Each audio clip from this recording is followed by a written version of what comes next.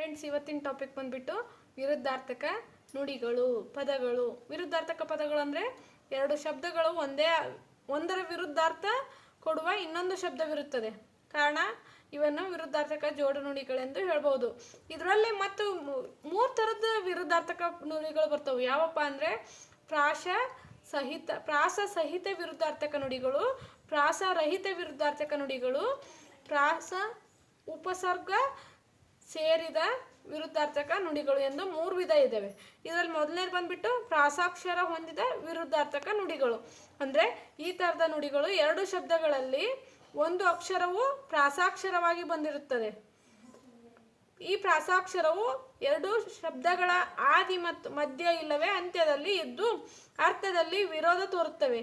ಪಠ್ಯದಲ್ಲಿ ಬಂದಿರುವ ಮತ್ತು ಬಳಕೆಯಲ್ಲಿ ಬಂದಿರುವ ಅಂತಹ ಕೆಲವು ವಿರುದ್ಧಾರ್ಥಕ ಪದಗಳು ಹೀಗಿದ್ದಾವೆ ನೋಡಿ.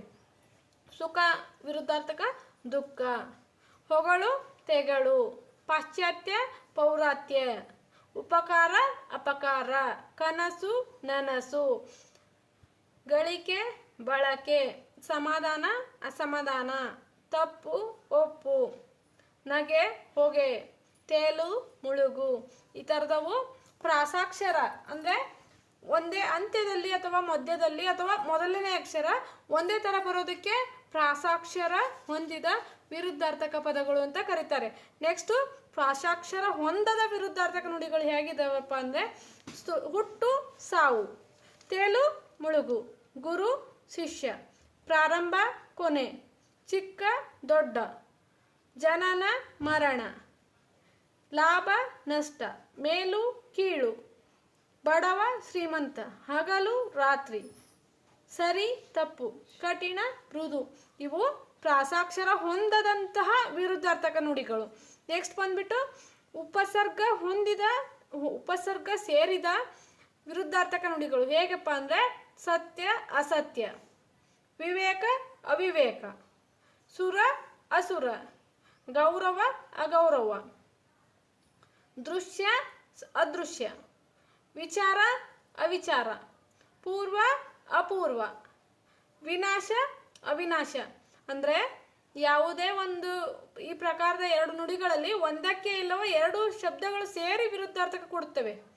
ಆ ಉಪಸರ್ಗಗಳೆಂದರೆ ಅ, ಅನ್, ಉಪ್, ಅಪ, ಅರ್, ನಿಸ್, ದುರ್, ಅವ, ಸದ್, ಉ, ಕು, ವಿ, ಸು ಮುಂತಾದವು ಸಾಮಾನ್ಯವಾಗಿ ಶಬ್ದದ ಆದಿಯಲ್ಲಿ ಅಥವಾ ಉಪಸರ್ಗಗಳ ಬಂದು ಅರ್ಥ ವಿರೋಧ ತೋರುವುದನ್ನು ಉಪಸರ್ಗ ಸೇರಿದ ವಿರುದ್ಧಾರ್ಥಕ ನುಡಿಗಳು ಎಂತಾರೆ.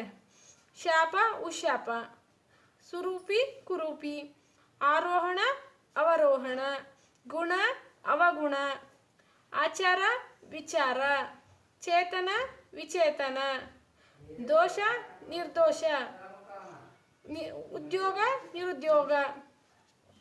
ಹೀಗೆ ಉಪಸರ್ಗ ಹೊಂದದ ಸೇರದ ವಿರುದ್ಧಾರ್ಥಕ ನುಡಿಗಳಿರುತ್ತವೆ.